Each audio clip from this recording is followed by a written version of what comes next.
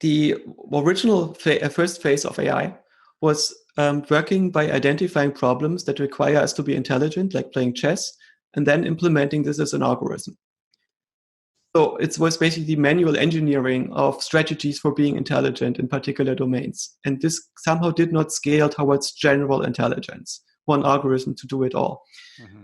And there were subparts of this, like the logicist program, the idea to come up with a language that allows you to have all possible valid thoughts.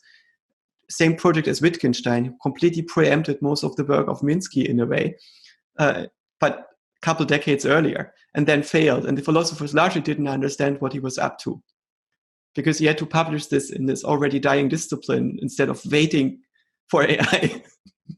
And the AI people didn't really understand that this philosopher was actually trying to do AI briefly before Church and Turing, already understanding computation. He already understood that logic is sufficient to build all the possible representational systems, and he could also replace all logic with NAND gates. He already knew that. Right? This is pretty amazing for a young guy back then.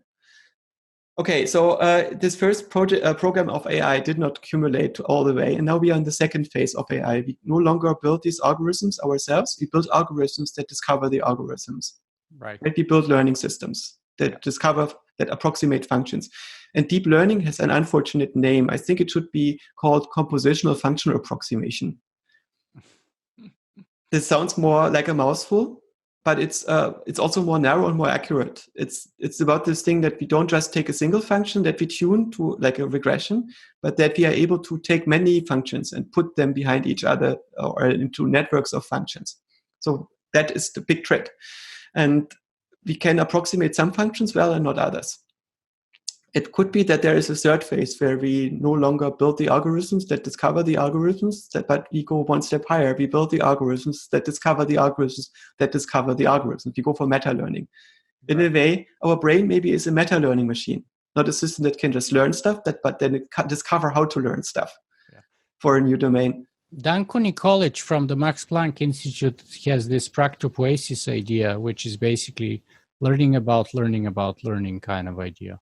Yeah, but at some point it stops.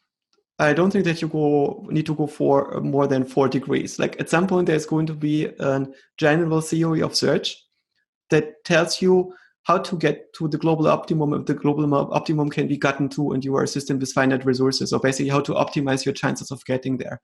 Once you have that algorithm, as a scientist, you are done. There is no more science that we can do with integrity, because it's just going to be the application of this algorithm.